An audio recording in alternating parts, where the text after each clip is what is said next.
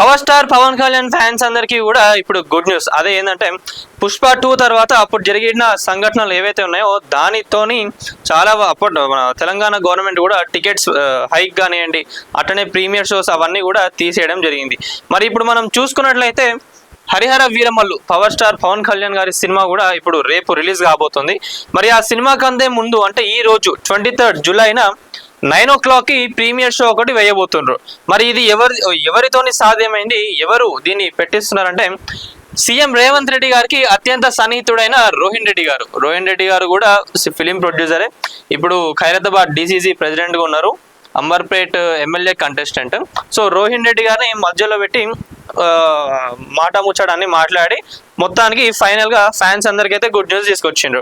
అదే ఏంటంటే ప్రీమియర్ షోను అట్లనే ఈ టికెట్స్ ప్రైస్ హైక్ పైన కూడా అన్ని మాట్లాడినరు.